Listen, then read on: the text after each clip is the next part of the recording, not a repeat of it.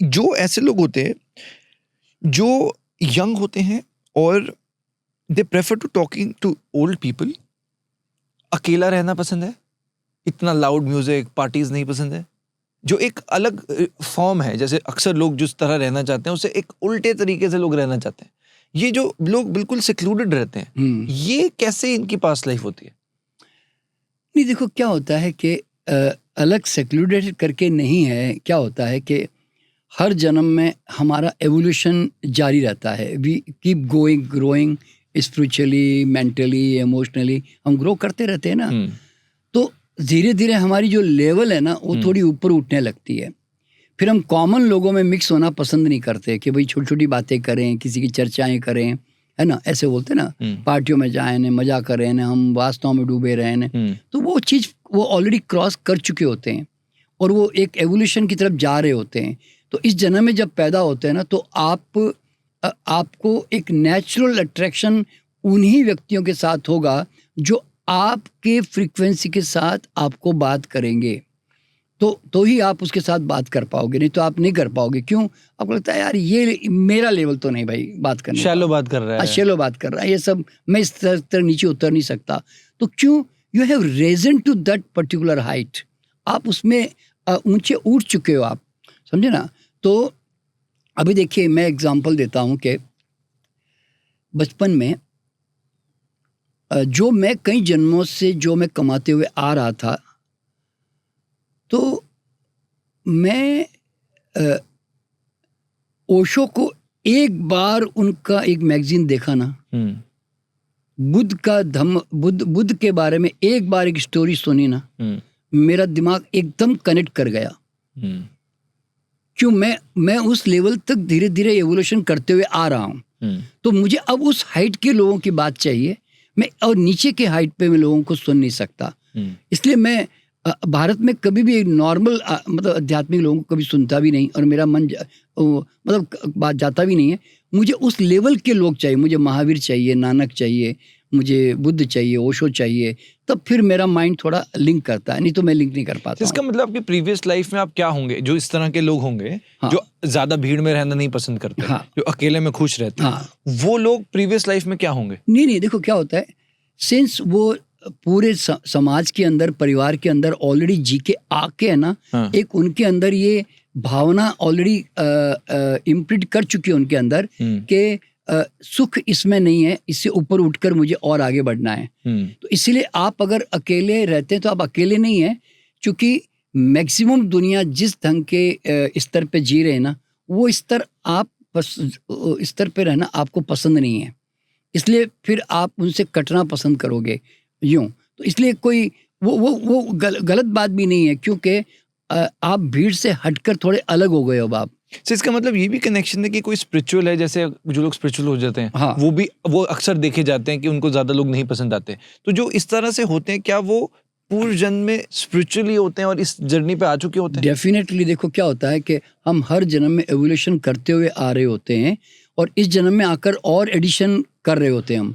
तो उसके कारण क्या होता है, धीरे धीरे आप जैसे से ऊपर बढ़ने लगते हो ना, तो आप नीचे समाज से कटोगे ही, क्योंकि समाज एक अलग स्तर पे जीना चाहता है। वो मतलब नॉर्मल सांसारिक चीजों में उलझना चाहता है। आप वो सब चीजें भोग कर आ चुके हो, आप उनको जान चुके हो, इसलिए you want to cut yourself from these things. But वो एक प्रोग्रेशन ही है पिछली लाइफ का। पिछली लाइफ का प्रोग्रेशन है, वो कंटिन्यूटी में आपके साथ चल रहा है इस वक्त। राइट। समझ लें। मतलब अगर कोई जैसे जिसको एक मैच्योरिटी में भी 30 या 35 साल में आ रही है, हाँ। अगर वो किसी को 20 साल में भी आ रहा है, 22 साल में भी आ रही है, 12-15 साल में आप पैदा होते ही आपको पता चल सकता है।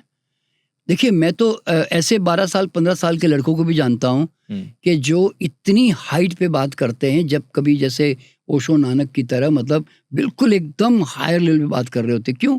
वो पिछले जन्म से अर्न करके आ चुका है यूं, इसीलिए उसको बचपन में ऑटोमेटिकली यही सब चीजें उसके दिमाग से निकलती है। सर यही मतलब इसी को मैं लिंक कर रहा हूँ, जो एक्सेप्शनल टैलेंट्स के साथ आते हैं। हाँ जी। जैसे शकुंतला देवी जी थी, हाँ जी, मैथमेटिक्स की जीनियस मानी जाती है, जैसे वो चाणक्य लड़का है। हाँ। तो जो ऐसे जो टैलेंट के आ रहे हैं, साथ आ रहे हैं, तो उसका मतलब अगर कोई मतलब बहुत अच्छा आर्टिस्ट है, कोई बहुत अच्छा डांसर है, या कोई पर्टिकुलर टैलेंट के साथ आ रहा है, वो सब पिछले जन्मों से, वो 100%।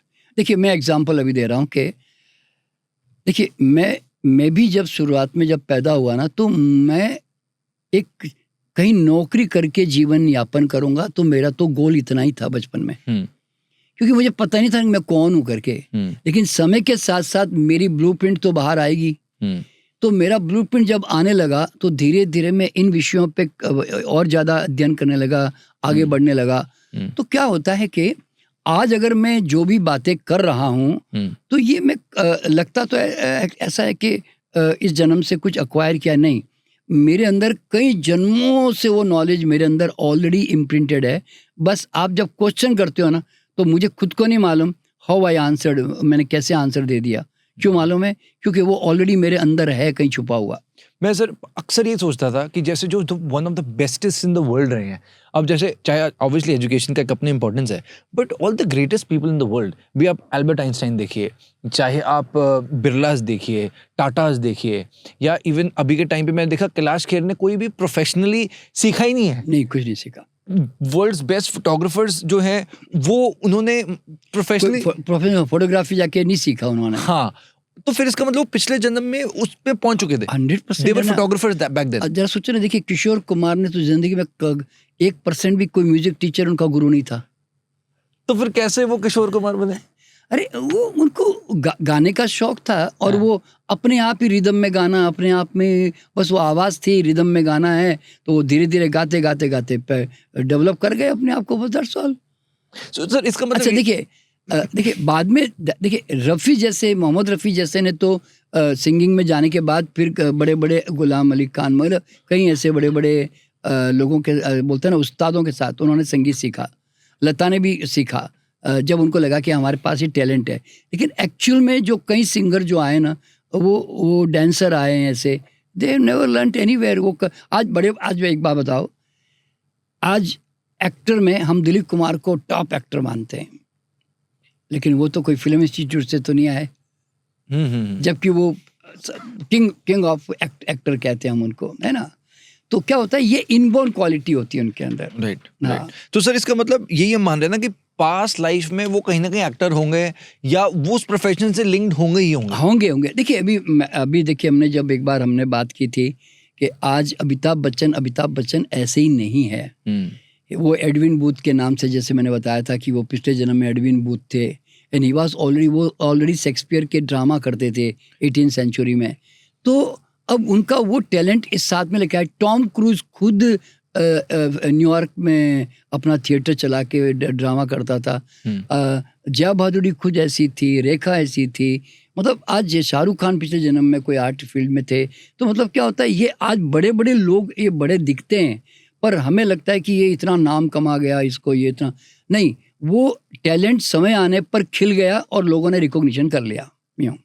राइट। मतलब अमिताभ बच्चन पहले एडविन बूथ थे, जो कि एडविन बूथ उस टाइम पर शेक्सपियर के एक्टर बहुत अच्छे थे, और इस जन्म में वही जो एडविन बूथ थे वो अमिताभ बच्चन बन गए, वो फेमस। हाँ, वो उसका पूरा ऐसे it was destined to happen. हाँ, वो तो क्योंकि he is already bringing acting within him. ये तो जो बोलते ना, वो ऑल इंडिया रेडियो में ये थे, उनको नौकरी से हटाया गया, प्रोड्यूसर ने उनको नकार दिया ने, ये सब बहुत, ये कितने भी करते, वो अल्टीमेटली अपनी एक्टिंग फील्ड में तो आते ही, क्योंकि वो ही वाज ऑलरेडी एक्टर।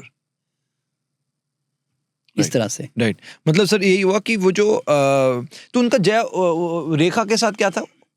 रेखा उनकी पहली वाइफ थी। हाँ। और उस समय इसका जो अभिषेक बच्चन का जब उसका उस समय इनका पैदा हुआ, तो उसकी डेथ हो गई रेखा की। तो फिर मैक विकर के नाम से मैं आपको भेज दूंगा इसका सारा लिंक। तो उसके साथ जो है उनका फिर दूसरी शादी की उन्होंने। तो वो जया भादुड़ी सेकंड वाइफ थी उस जमाने में। ब्रायन वाइस को आपने पढ़ा? हाँ, ब्रायन वाइस का थोड़ा ऐसा कोई सारी किताबें नहीं पढ़ी, पर ब्रायन वाइस वो कैथरीन के ऊपर उन्होंने जो काम किया, उनकी किताबें हैं, तो 1-2 किताबें ऐसे ही रेफरेंस में पढ़ी मैंने कभी।